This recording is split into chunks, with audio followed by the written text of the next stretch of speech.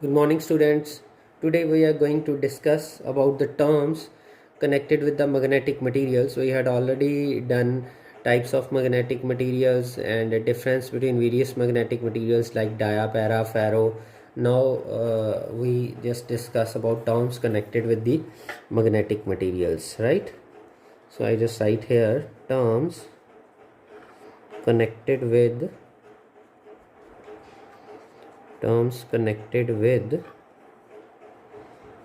magnetic materials.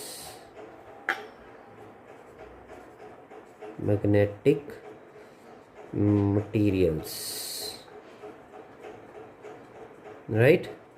So I will discuss these terms one by one, starting from first. What is magnetic force? Magnetic force. Right. So what is magnetic force? It is the force exerted by one magnet on another, either to attract it or repel it. As the word indicates, magnetic force means force exerted by one magnet on another, either to attract it or repel it. And second is, you can say, what is the unit north pole? Unit north pole. Unit north pole. So as you know that a magnet has two poles, north pole and south pole, like this. Suppose this is a north pole, this is south pole. So it is defined as the strength of that pole, which when placed in vacuum at a distance of 1 meter from a similar and equal pole, repels it with the force of 1 Newton, right? It is defined, again I repeat, it is defined as strength of that pole which when placed in vacuum at a distance of 1 meter from a similar and equal pole, repels it with a force of 1 Newton, right? So this is the definition of a unit north pole. Next is magnetic flux density. Magnetic flux density. What is magnetic flux density?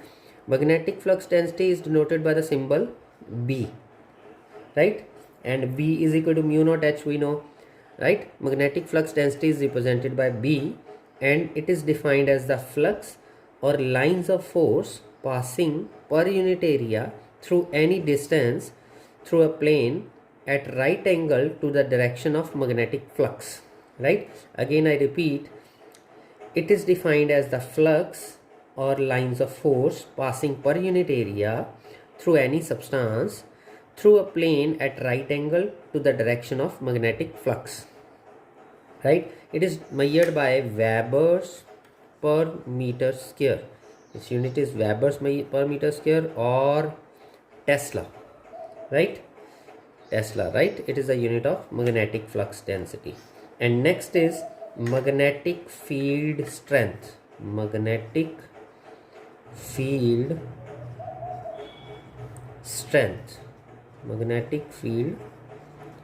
strength. Right? So what is magnetic field strength?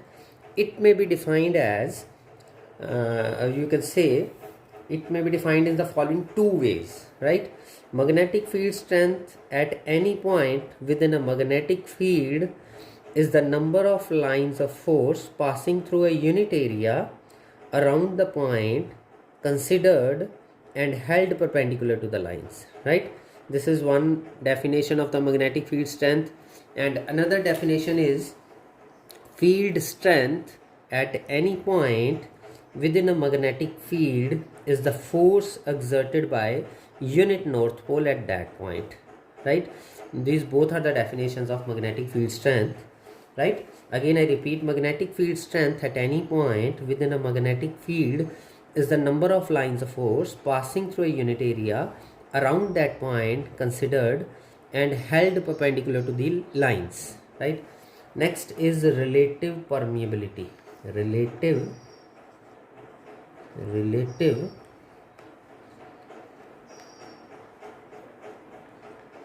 permeability,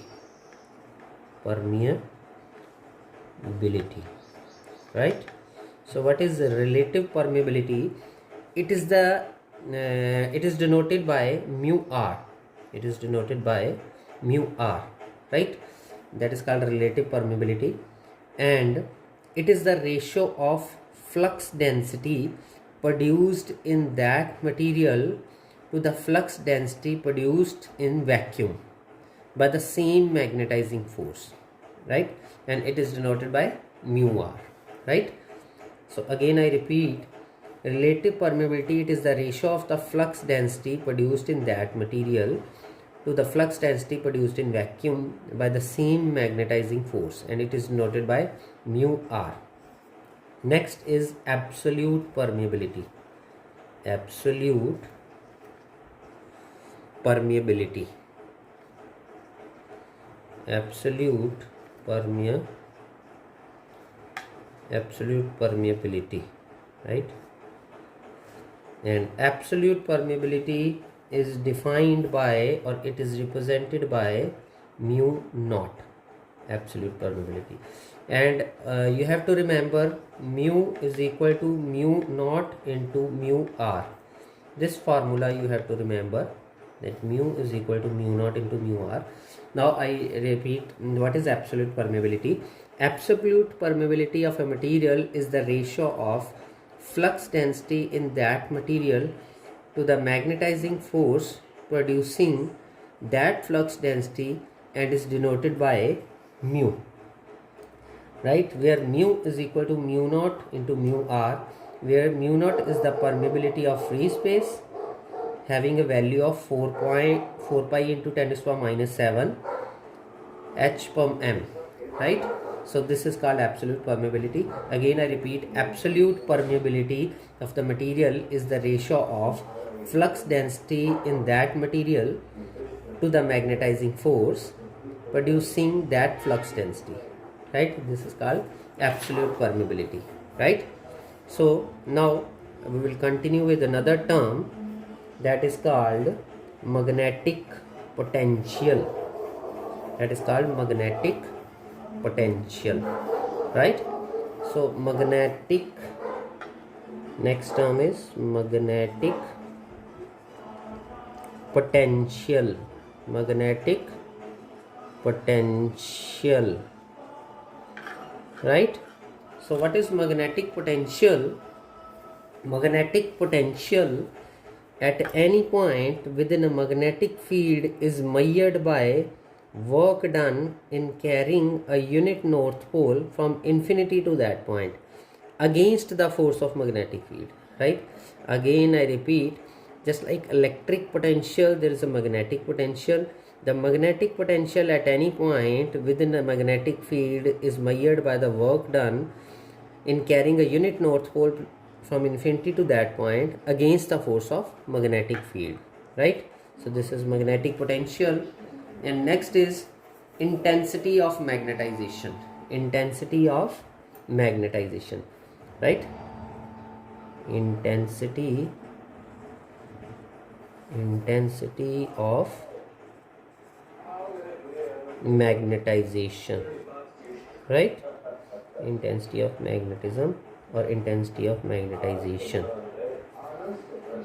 Intensity of magnetization, right? Intensity of magnetization, again I repeat, intensity of magnetization or intensity of magnetism, it is defined as the pole strength per unit area of the bar or magnetic moment per unit volume of the bar, right?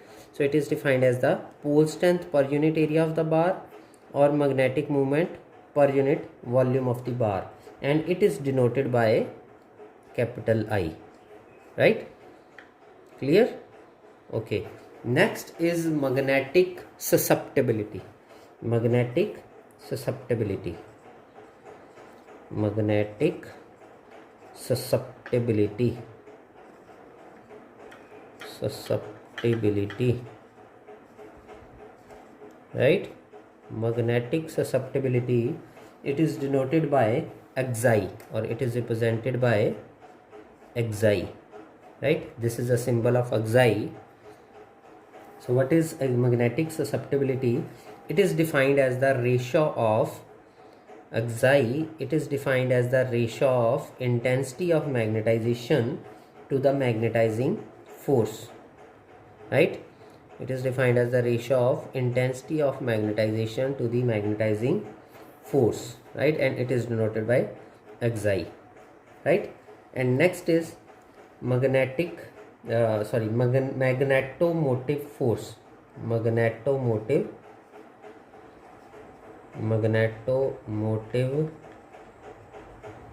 force. Magnetomotive force, it is the force, right? Magnetomotive force, it is the force which drives or tend to drive the flux through a magnetic circuit, right? It is a force which drives or tend to drive the flux through a magnetic circuit. In short, it is written as, or it is represented as mmf. Like electromotive force EMF, it is written as mmf, right? And it is the product of number of conductors. mmf, magnetomotive force, it is the product of number of conductors and current passing through them, or we can say mmf is equal to n into I, number of conductors into current passing through them, right? Next is magnetic reluctance. Magnetic reluctance. Magnetic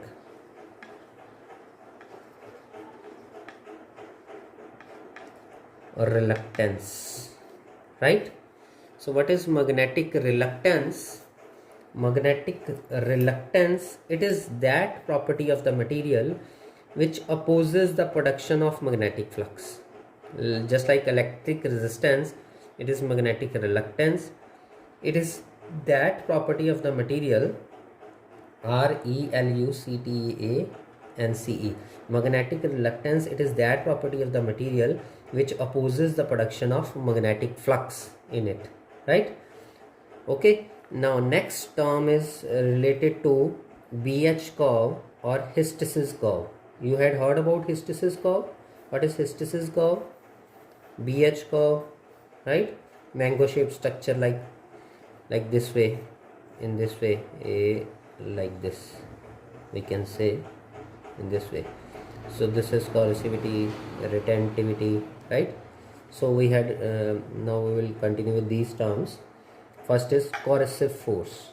Coercive force or coericivity. Coercive force or coericivity. So coercive force, it may be defined as the demagnetizing force which is necessary to neutralize completely the magnetism, right? So if we draw the diagram related to this, so I just make a rough sketch of this thing, So if we can say up to this is the coercivity and this is the retentivity. This is the coercive force I just mentioned here, coercive force, right? So it may be defined as the demagnetizing force which is necessary to neutralize completely the magnetism in an electromagnet after the value of magnetizing force becomes 0, right? So we just start from here, right? Start from here, continue at this saturation point, again we go further, again saturation point, again we go towards this side, right? So this is the region O, A, B, C, D, E, F. Here O, A, B, C, D, E, F, O, right? Like this. So this is the coercivity or coercing force. So it may be defined as a demagnetizing force which is necessary to neutralize completely the magnetism in an electromagnet after the value of magnetizing force becomes 0, right? So next is a remanence or retentivity, remanence,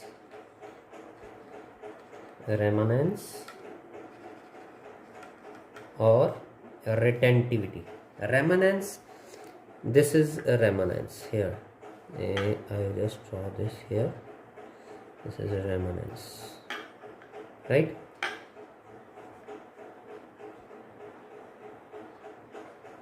Right.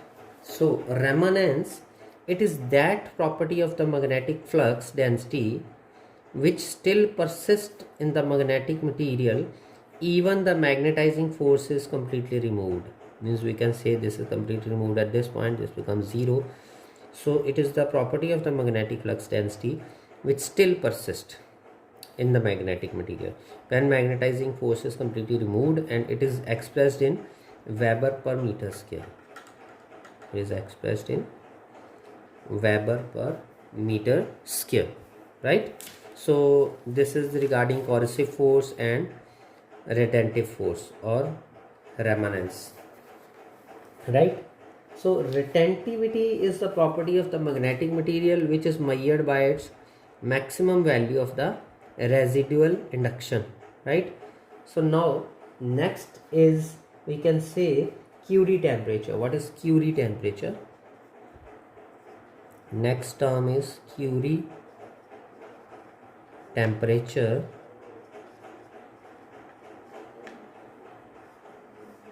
Curie temperature is the temperature above which a ferromagnetic material becomes paramagnetic. That is called Curie temperature, right? Okay. Next is here in this case, what is hysteresis loss? Hysteresis loss is a closed curve obtained within a ferromagnetic material by plotting a graph or by plotting corresponding DC value of the magnetic induction B for ordinates and magnetizing force H for abscissa when the material is passing through a complete cycle between different limits or between equal definite limits of either magnetizing force, right, or magnetic induction, right? In general, the normal hysteresis loop has inversion symmetry with respect to the origin of B and H axis, but this may not be true for special materials, right? So these are some of the terms which are connected to this magnetic materials or connected with magnetic materials. Okay, thank you very much.